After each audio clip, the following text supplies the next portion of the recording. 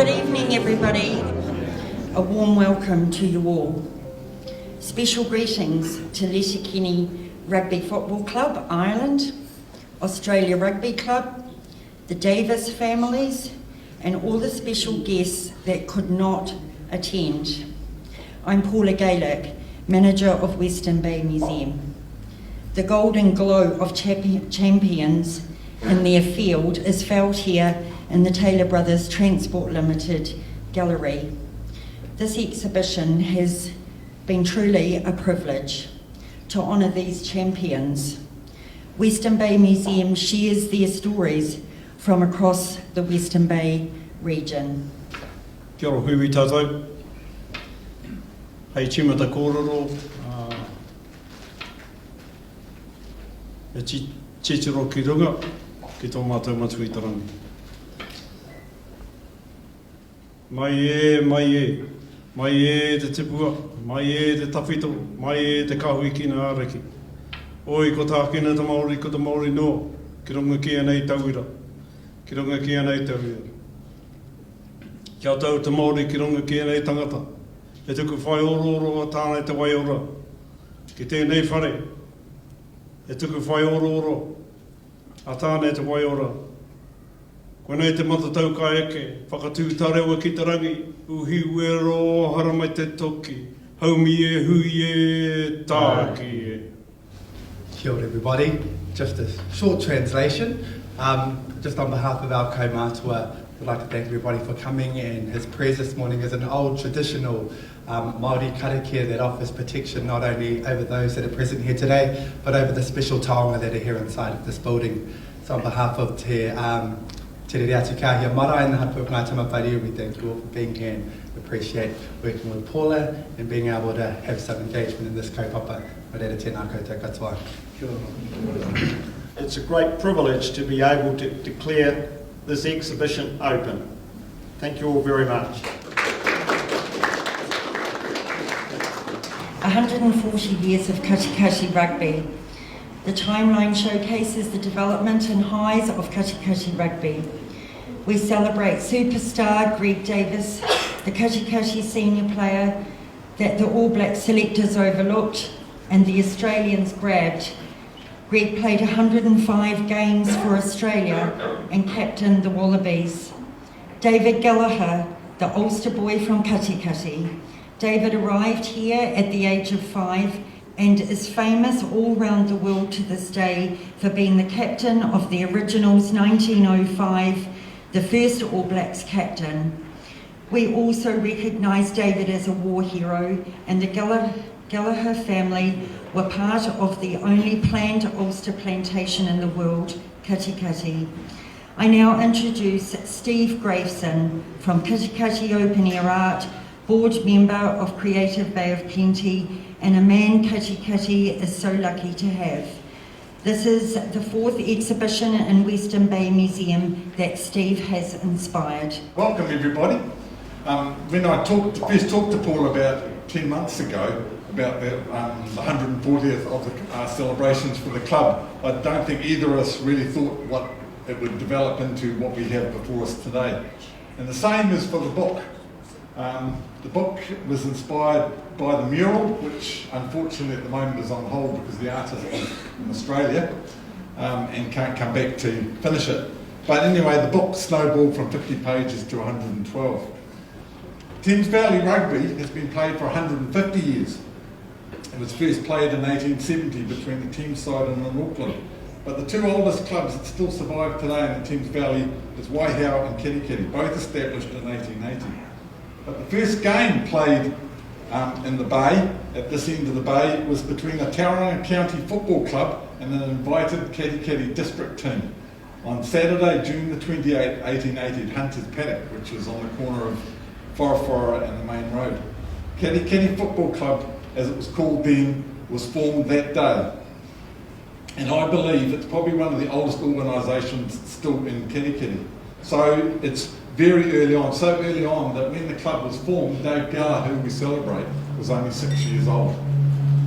The club has seen many changes.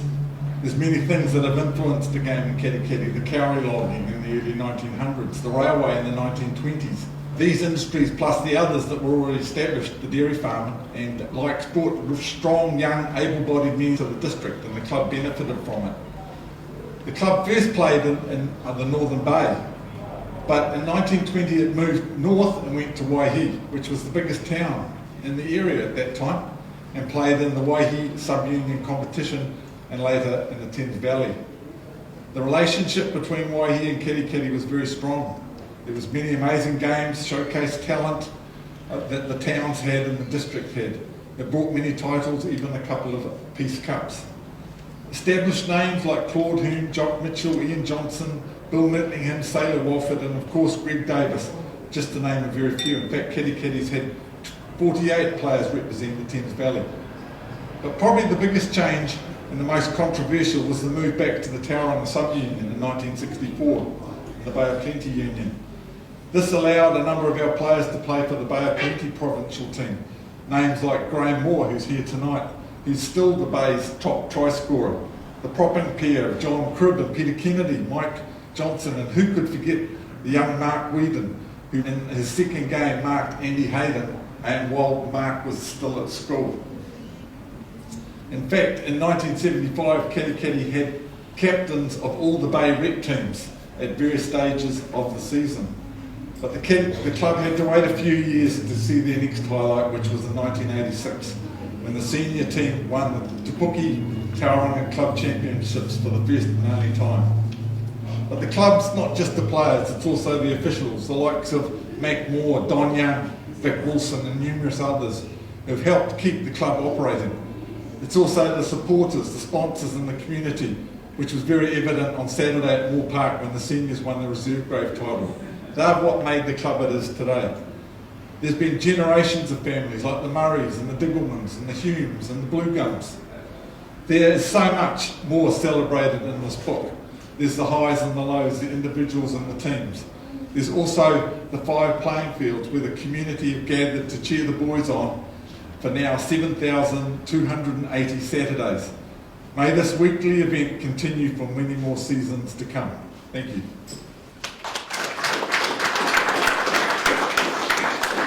Representing Waihi Beach Surf Lifesaving Club, the man that has saved many lives, First New Zealand Service Award, Bay of Plenty Life Member, Waihi Surf Lifesaving Life Member, Qualified Inshore Rescue Boat Driver and Instructor, New Zealand Coast Guard, N. Robinson, QSN.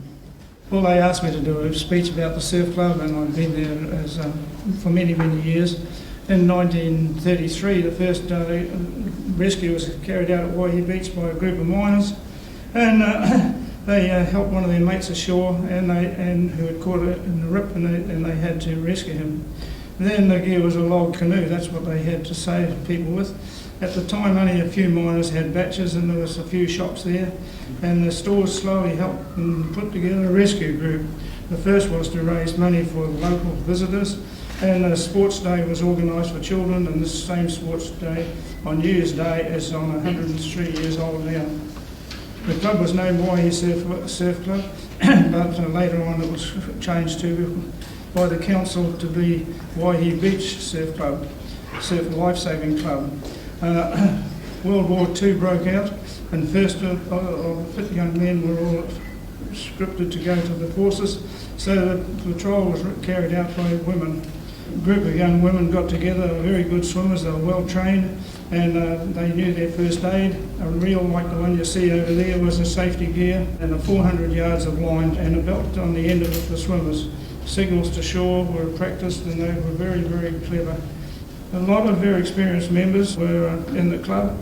3 patrols at Waihi Beach now, all in all a very successful club with a great help from many, many associate members. Thank you.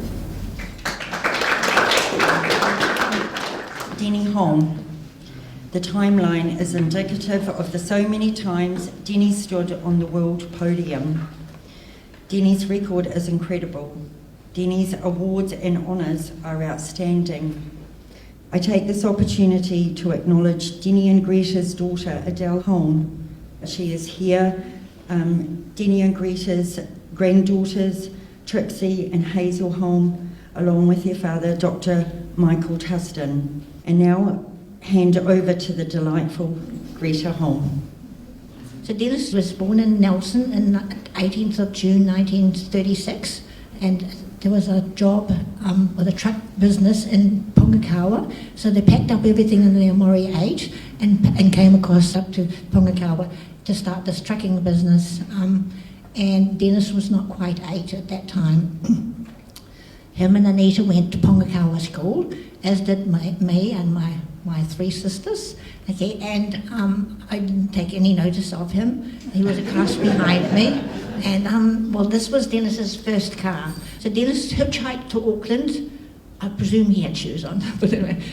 Okay, and he had a choice of 5 cars that had come in on the ship, and this one, he chose this one because it had the Ross-style wheels on it, okay, and the wire wheels he decided weren't strong enough.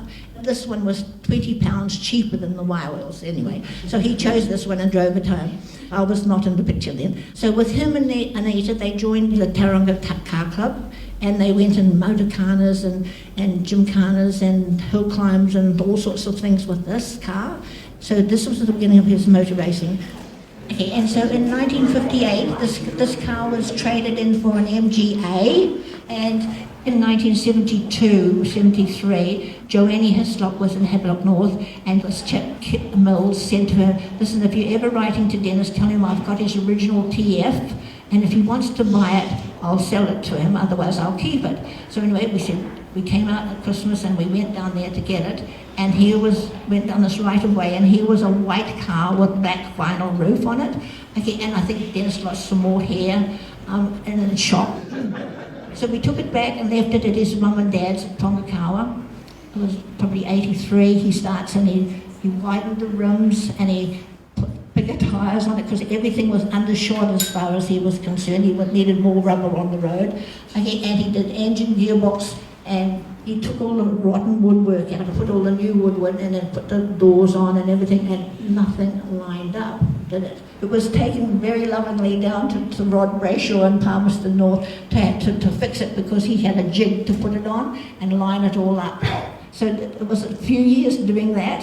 We finally got it back, and Dennis did all the fiddly bits, like the dash and the little blue lights and all the fiddly bits he did.